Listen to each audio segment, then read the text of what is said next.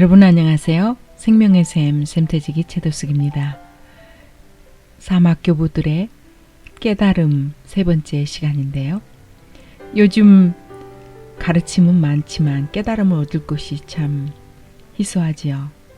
성급한 실적주의가 깊은 깨달음의 영성을 방해하기 때문이지요. 예수님은 실적주의에 매몰되지 않고 영혼 하나하나를 소중히 여겼던 걸 기억합니다. 니고데모와 함께 깊은 대화, 수가성 여인과 나누는 깊은 대화를 보면 그렇지요. 우리는 이 사막 교부들의 이야기를 들으면서 청량 음료를 마신 것처럼 우리를 시원케 합니다. 이제 바로 시작하겠습니다.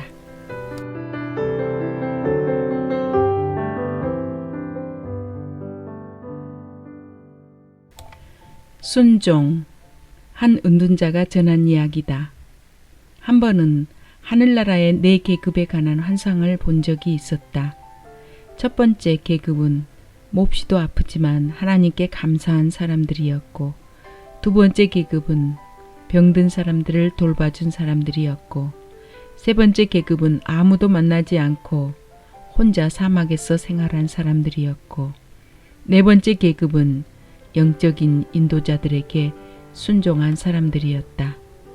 그런데 네 번째 계급에 속한 사람들만 금으로 된 목걸이와 면류관을 하고 있었는데 다른 세 계급에 있는 사람들보다 커다란 강체를 발했다. 그래서 내게 환상을 보여준 이에게 물었다. 가장 낮은 계급에 있는 사람들이 훨씬 빚을 내는 까닭이 무엇입니까? 그가 대답했다. 병자들을 돌봐준 사람이나 은둔자들은 자신의 의지를 따라 스스로 하고 싶은 일을 한 것이다. 그러나 순종한 사람들은 자신의 의지를 부정하고 하나님의 말씀과 영적인 인도자들의 지침을 따랐다. 그래서 그들이 뛰어난 강체를 바라는 것이다. 형제들이여, 이 환상을 통해 배워라. 하나님을 위해 순종하는 것이 실로 크고 유익하다는 것을 깨달아라. 순종의 덕을 조금이라도 배우기 위해 진력하라. 순종은 모든 신실한 자들을 구원으로 이끄는 길이며 모든 덕의 어미이며 하나님 나라로 들어가는 문이다. 순종하는 자들은 땅에서 하늘로 올라갈 것이며 천사들과 같은 곳에서 살 것이다. 순종은 성자들의 양식이다. 순종을 양식으로 먹는 사람들은 그 풍성한 자양분 덕분에 그리스도 안에서 완전함에 이를 것이다. 한 번은 난쟁이 요한이 한 은둔자와 함께 살기 위해 테바이드에서 스케티스로 왔다. 어느 날 은둔자가 마른 막대기 하나를 요한에게 건네며 말했다. 이 나무가 자라 열매를 맺을 때까지 매일 한 항아리씩 물을 주시오. 그들이 거처하고 있는 곳은 샘에서 아주 멀리 떨어져 있었다. 그래서 난쟁이 요한은 저녁마다 물을 뜨러 떠나야 했고 이튿날 새벽이 되어서 돌아오곤 했다. 그렇게 3년이 흘렀을 때 마른 막대기에서 푸른 잎이 돋고 마침내 열매가 열렸다. 은둔자는 그 열매를 교회에 가지고 가서 형제들에게 말했다. 이것은 순종의 열매요. 받아 먹으시오. 은둔자 바울의 제자 요한은 순종의 미덕으로 가득 찬 사람이었다. 그들이 기거하는 마을 뒤편의 묘지에는 사나운 암사자가 살고 있었다.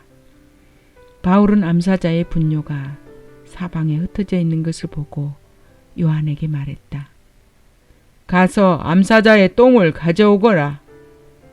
요한이 그에게 말했다. 스승님, 저 사자를 어떻게 하오리까?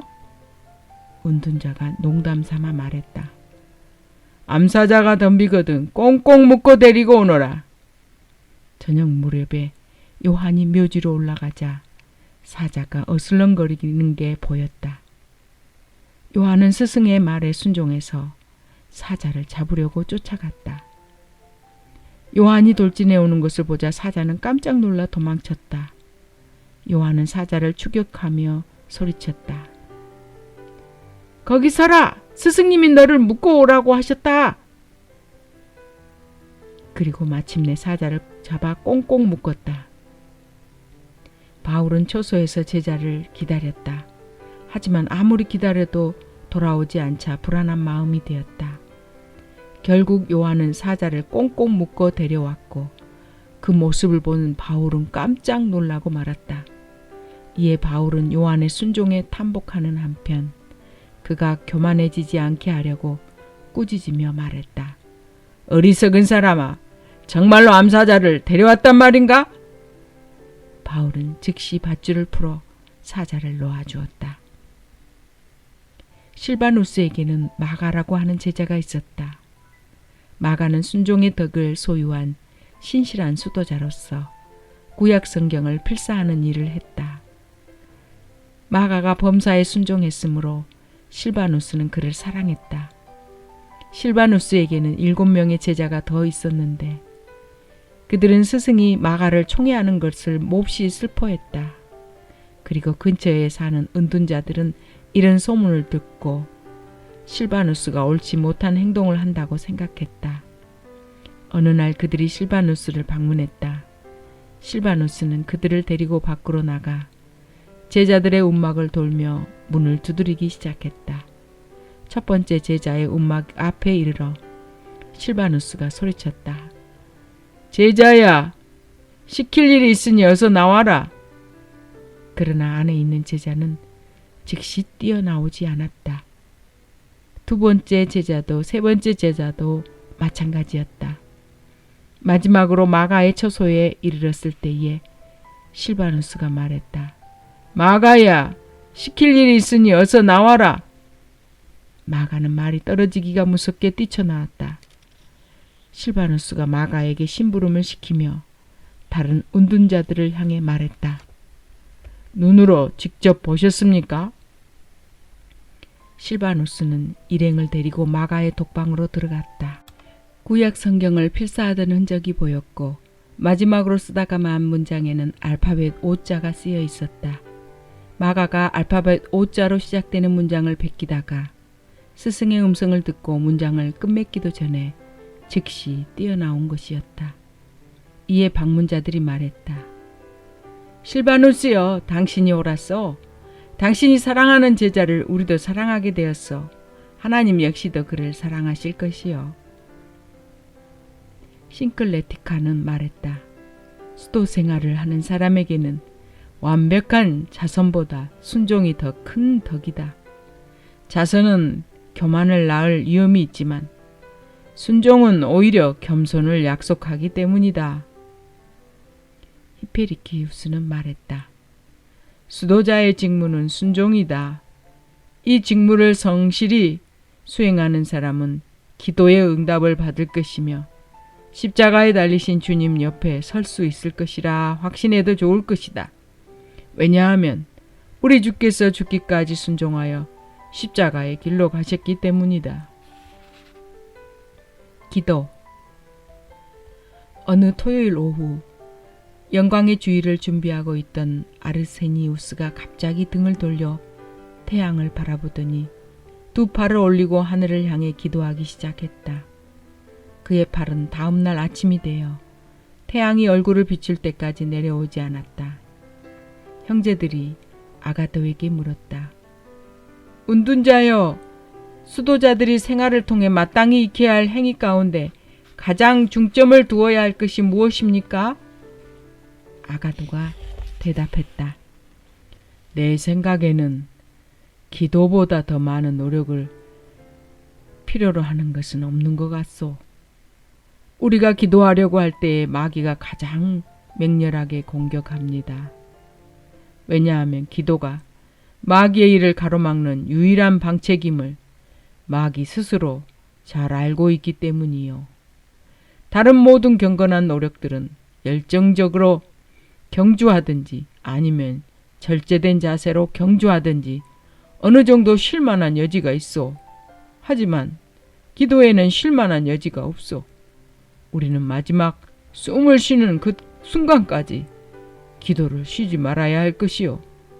이것이야말로 수도자의 삶에서 가장 중대한 싸움이요. 에바그리우스는 말했다. 주의력이 약해질 때에 기도하라.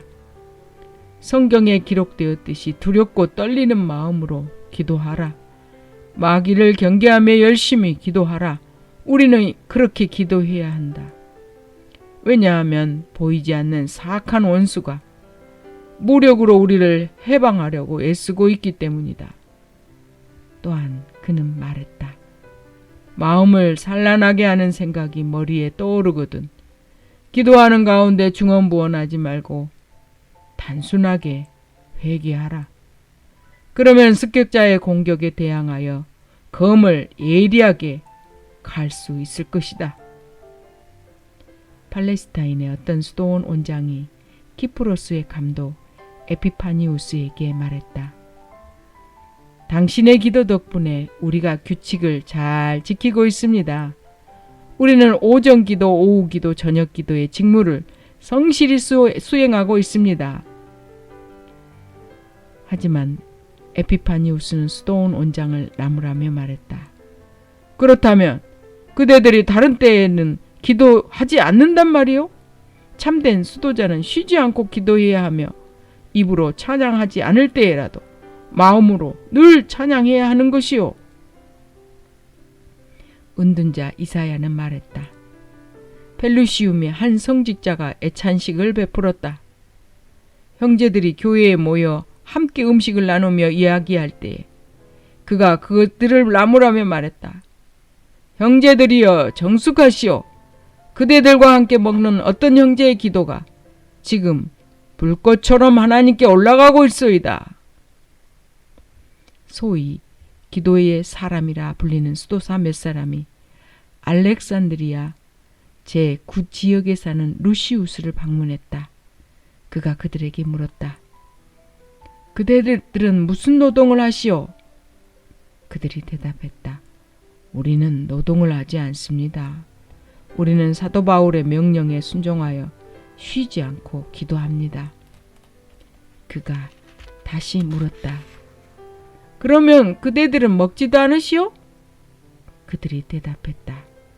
그렇지는 않습니다. 그가 말했다. 그러면 그대들이 먹을 때 누가 그대들을 위해 기도하오? 그들은 아무 대답도 하지 못했다. 그가 다시 물었다. 그대들은 잠도 자지 않소? 그들이 대답했다. 그렇지는 않습니다. 그가 또 물었다. 그러면 그대들이 잠을 잘 때 누가 그대들을 위해 기도하오? 그들은 역시 대답을 하지 못했다. 그가 말했다. 형제들이여, 제가 틀린 것인지도 모르겠습니다만 그대들의 말과 행동이 일치하지 않는 것 같소이다. 육체 노동을 하면서 쉬지 않고 기도하는 것이 어떤 것인지 그대들에게 보여주겠소. 나는 종려나무 잎을 놓고 앉아 끈을 엮으며 하나님이여 주의 인자를 쫓아 나를 긍휼히 여기시며 주의 많은 자비를 쫓아 내 죄가를 도말하소서 라고 말합니다. 이것이 기도입니까? 아닙니까? 그들이 대답했다. 명백한 기도입니다. 다시 그가 말했다.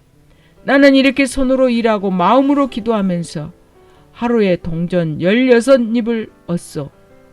그 중에 2입은 문 밖에 놓아두고 나머지로는 먹을 것을 구입하오. 그 돈이 필요해서 가져간 사람은 내가 먹을 때든지 잘 때든지 나를 위해 기도할 것이요. 그러면 내가 하나님의 은혜로 쉬지 말고 기도하라는 말씀을 지키는 것이 아니겠소? 어떤 형제들이 마키리우스에게 물었다. 저희들이 어떻게 기도해야 합니까?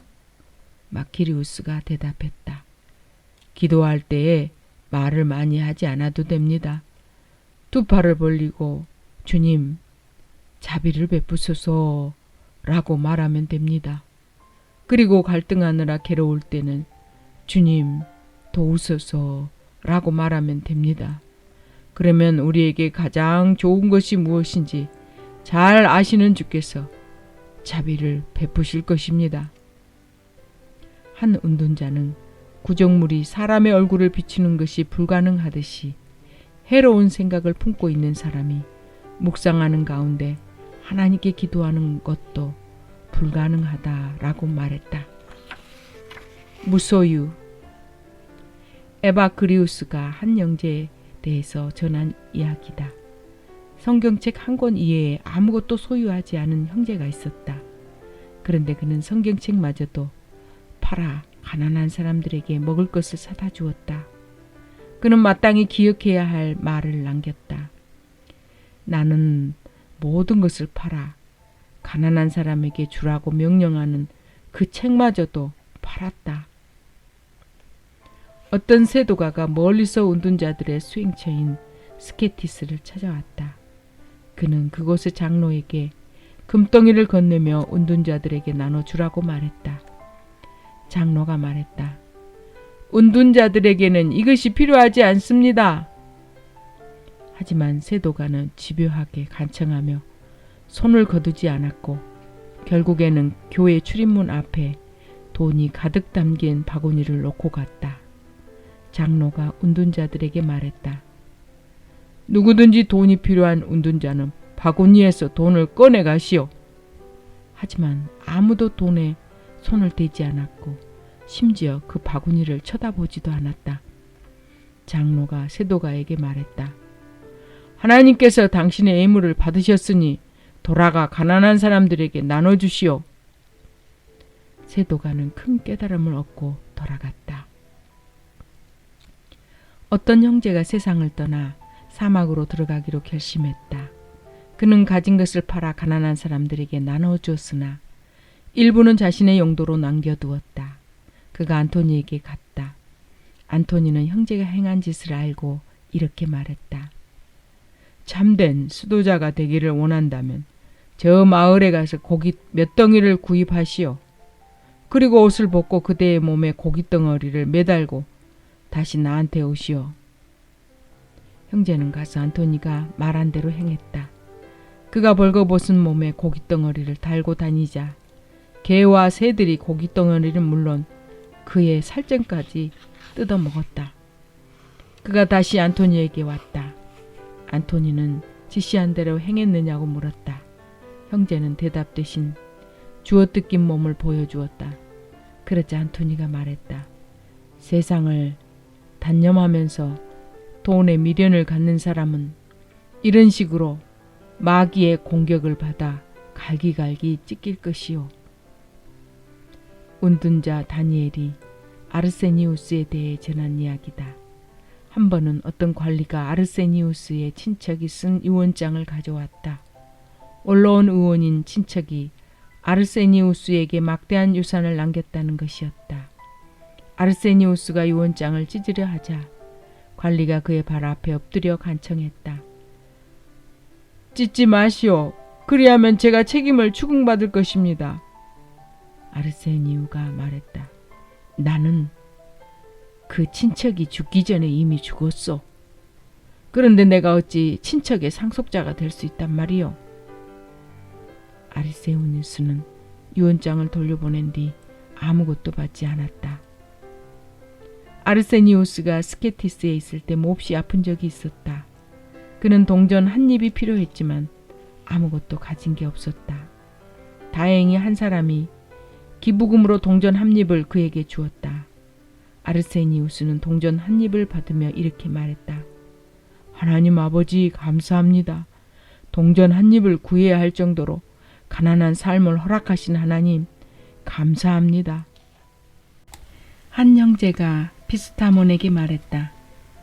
제가 무엇을 해야 합니까? 저는 만든 물건을 팔 때마다 늘 불안합니다. 이에 피스타몬이 대답했다. 실소이스와 다른 형제들도 만든 것을 내다 팔곤 했소. 수도자가 손으로 노동하여 만든 것을 내다 파는 것은 잘못이 아니오. 물건을 팔 때 가격을 솔직히 말씀하시오. 가격을 낮게 받고 싶으면 낮게 받으시오. 그러면 마음의 평화를 얻을 것이오. 형제가 다시 물었다. 저는 다른 곳에서 필요한 것을 충분히 얻습니다. 그런데도 팔기 위한 목적으로 물건을 만들면서 이렇게 걱정해야 하는 것입니까? 피스타몬이 대답했다. 그대가 다른 곳에서 필요한 것을 충족히 얻는다 해도 물건 만들기를 중단하지는 마시오. 영혼의 평화를 원한다면 가능한 힘을 다해 노동을 쉬지 마시오. 다음 시간까지 안녕히 계세요.